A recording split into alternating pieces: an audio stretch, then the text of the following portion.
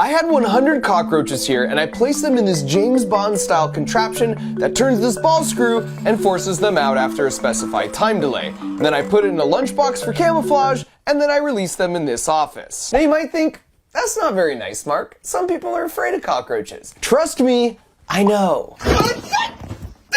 And that's exactly the point, because this isn't just any office. This is ground zero for one of those terrible call centers that scams people of their life savings. We infiltrated not one, not two, not three, but 4 different scam call centers. We released cockroaches, smoke bombs, stink bombs, glitter bombs, and then of course we hacked their CCTV so we could watch the whole thing unfold in real time. So buckle up, because this is the wild conclusion to this multinational adventure, and please watch to the end because there's something you can actually do to help put the nail in the coffin of these 4 massive call centers. Now, why would we go after this $20 billion scam industry? Basically, it starts with an email or a spam call, then they pretend to be Amazon or Microsoft, and they tell the victim they've been charged $200 for something, but if you call back, you could dispute the charge. Then after they call, they eventually get on the victim's computer and importantly have the victim type the $200 refund amount into a bogus form. Please enter your refund amount. Only they take over and secretly type the amount of $20,000 and then they hit enter real quick. Check everything, is it correct? Oh no, this is a mistake. Oh, I screwed up. Oh, Jesus. It was supposed to be a Jesus 200 in there. Christ. Oh, God almighty. I'm exhausted. I can't do this. My mind is Ma'am, absolutely please check your fried. account. Please check your account. Did you really receive that money in your account? Then they take her to a totally fake, spoofed bank account page where it looks like because of Bessie's mistake, they just sent her $20,000 instead of $200. Oh my God. Plus 20,000. Yeah. Please save my job, ma'am. If I'll not earn for my family will die due to hunger, due to starvation. Oh, please, Yes, ma'am, of please course. don't I mean, cry. Please what don't should cry, I ma'am. do? I I'm mean, really I can. feeling bad for you. You are also like my grandmother. You know, I I'm know an that. honest You are person. making me cry now.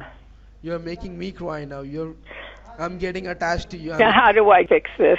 And now you can see how he's weaponized her empathy. Now to fix her mistake, how she'd be willing to go to the bank and withdraw what she thinks is an extra $20,000 in cash, when in reality, it's $20,000 of her hard-earned savings. And she's gonna send it in the mail to a heartless scammer. And while we did turn over all the intel we gathered to the 5 major government agencies that reached out to us to truly avenge Bessie, our goal was to take our glitter all the way to the top and either temporarily disrupt or possibly even permanently shut down a few of these terrible call centers. It'd be like a special operation, and every special operation needs a special ops team, a target, and a plan. For the team, I turn back to my good friend Jim Browning, who you recall from last year has a YouTube channel that specializes in reversing the connection to the scammers' computers and gaining access to their CCTV footage. And is there anything else you want to ask? Yeah, I want to know why you scam people. And then another YouTube channel called Trilogy Media would be the boots on the ground in India implementing the pranks, but more on them later. For the target, together we were able to locate and gather tons of incriminating information on 4 different scam call centers. For starters, there's Met Technologies, located in Kolkata, India, on the 5th floor of this building. They've been in operation over 12 years, and they've got over 1,000 agents. Their owner is Mr. Kunal Gupta, and you can even see the rest of their leadership team here on their public website. And you might ask, well, why would a scam call center have a public website? And the answer is they all do, because they have a very small percentage of their employees do legitimate call center work. So if they get raided by the authorities, they can point to that small group and say their hands are clean, while the real money-making operation runs here behind a secure door. Then we found VRM, also located in Kolkata, on the 12th floor of this building. They also have over 1,000 agents, and they've been in operation for 6 years, and they run 24 hours a day in 3 shifts to target people in time zones all across the globe. Oh, and allow me to introduce to the world Rajesh and Vidya Goenka, the husband and wife co-owners. Next was Anj Info Solutions on the 5th floor of this building. They also run 3 shifts, 24 hours a day, and they've been up and running for 11 years with all their key info shown here. They're located just a block away from VRM. In fact, all 3 of these centers were located within just a few miles of each other here in Kolkata, India, which is a hot spot for scam call centers like this. And finally, there was one more we located, but we're not releasing public information on them yet, and you'll see why in just a little bit. And so once we'd amassed mountains of evidence evidence against all 4 of them thanks to Jim's handiwork, we hired 10 private investigator types to apply for jobs at each of these centers,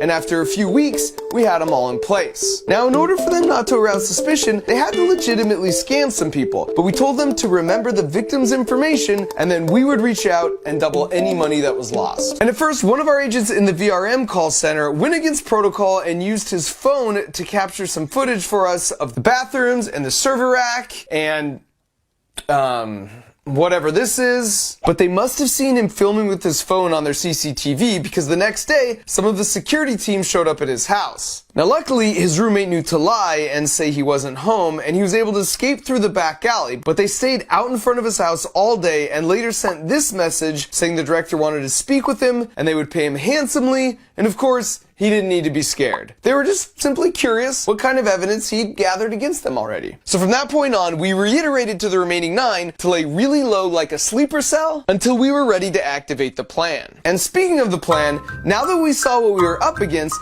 we knew we'd have to go full James Bond Q mode with some high-tech gadgetry that could make it past security.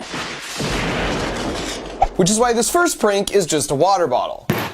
Kind of. I mean, it can function as a normal water bottle, but if you unscrew just this portion of the lid, it reveals a trough. And if you put military-grade putrid smelling stuff in that trough and then screw the lid back on fully, it creates a perfect seal and you can't smell anything. But then at the exact precise moment you want to release a cloud of death, you just twist the lid like this, allowing the smell to escape through these holes and fill the room. And we're using a water bottle because from looking at the CCTV footage, we know they allow them to have water bottles at their desks, so they'll be able to sneak them past security. Plus, no one's going to suspect that's the origin of the smell. Next up, if you take some hand soap and add just a few drops of the same kitchen-grade food coloring we used on the Devil's Toothpaste explosion,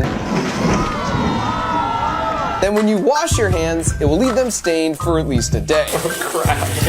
We'll leave this in the bathroom, and as a bonus, we'll learn exactly who does and doesn't wash their hands. This next one is the most simple, but also perhaps the most effective. You take a box of Sudafed and then print out and paste on some of these labels and convert it to a box of Viagra. Then importantly, you add the name of the boss of the scam call center to the box, like it's his prescription, and then you leave it in the bathroom next to your blue soap. Next up is that custom-built box that can store cockroaches in it. So after a predetermined time delay, the microcontroller will trigger the stepper motor, which causes the wall to slide along this ball screw. That means if you disguise it in a lunchbox, then nothing happens until the timer expires. And then suddenly, you get a bunch of cockroaches crawling out of a lunchbox. Next up, I love the idea of the chaos that could result if we set off a smoke bomb, but we were concerned that might be crossing a line if the room was too small, because like the glitter bombs, I want everything I do to be exciting, but at the end of the day, relatively harmless. So instead, we found these micro foggers that are basically like massive vape pens. And we also noticed motorcycle helmets were allowed onto the floor and past security. So the plan was to put it inside a helmet like this, and then it would also detonate itself based on a timer. And finally, as the pièce de résistance, we're gonna deliver them a package. Only this isn't an ordinary package. It's Glitter Bomb 4.0, which of course, as we all know, is equipped with a pound of the world's finest glitter and an uncharitable amount of fart spray. I still smell it.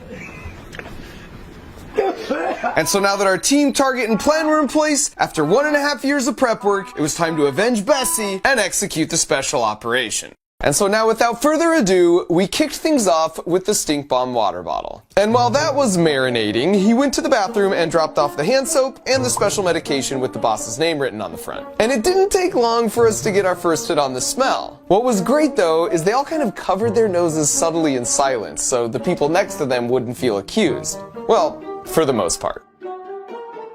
Then a few minutes later, we had our first bathroom customer who clearly doesn't wash her hands after using the restroom. But then we had a second chance with an apparently more hygienic scammer, and this time we struck pay dirt as he comes out trying to figure out what the heck just happened. And 5 minutes later, you can see him still trying to work it out. And not long after that, we got our first mention of the special package in the bathroom.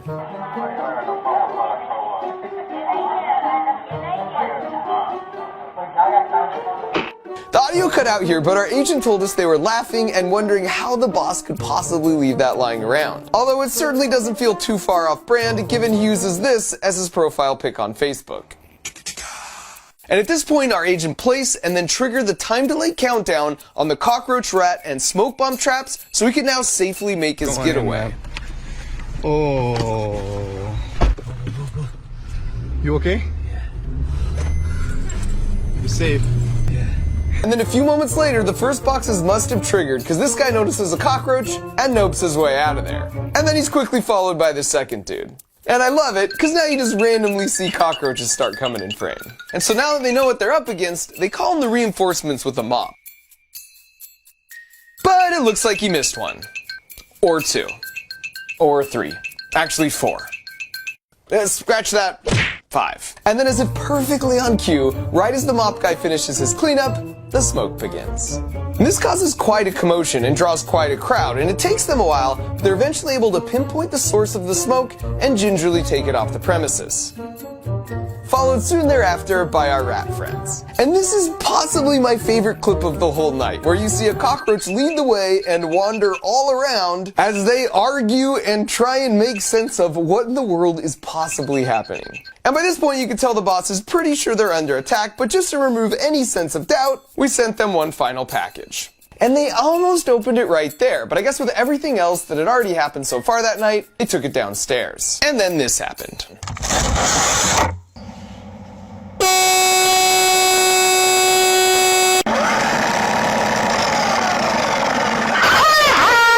You guys give up, or you're thirsty for more? Yeah, in fact there's 4 of them, and they're uploading this footage to the cloud.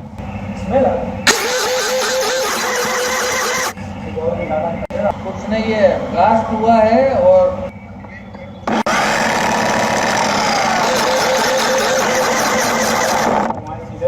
5, 4, 3, 2, 1. Activation complete. Recovery sequence initiated.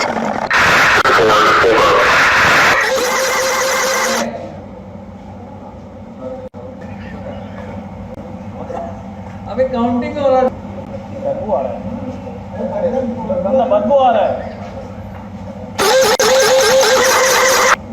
बदबू आ रहा है. So after our incredibly successful special operation, we waited to see what the response would be. And we didn't have to wait long. Yesterday, those cuss words sent Ansh Solutions a package bomb, and it exploded, and there was a bad smell and sprinkler water, or whatever it was. These guys are playing good with us. I'm reminding you guys, they must be in between us. We don't even know. And now we had them, because they were paranoid, and they didn't know which of their employees might have been compromised. Check the lunch boxes, pocket bags, shoes, ladies' purse as well. Even check the water, whether there's some color mixed in it. I assume he's referring to the soap dye here. But be cautious, guys, seriously. They came to bad word all of us, and they are still trying to bust us. After that, there were a few more death threats, so we didn't think it was safe enough to launch our attacks on the other 3 centers to try and get them shut down. But the beautiful thing is, we didn't have to. Big centers in Kolkata and Delhi are closed from today, as well as Monday, as per the information I got from all my friends. We had created enough confusion and mass panic that not only did the other 3 centers get shut down, but we got all the large scam centers all across India shut down for a few days too. And if you add it up, that means those tiny cockroaches stopped $2 million from going from the victims to the scumbags. And I would say that's the perfect ending, but it actually gets even a little better. Once Ashton and Art were safely back home on American soil, they decided to troll that text group with those 55,000 scammers by uploading this gem to the chat. Surprise, surprise, scammers! Martin Ashton over here. No matter how many numbers you remove from this group, we're still watching. Not only that, we've also downloaded every single person's contact information, all 57,000 of them inside this group. We have every single one of their contact information. We're submitting it to the FBI in the United States and the CBI here in India, so you guys better run and you better watch out.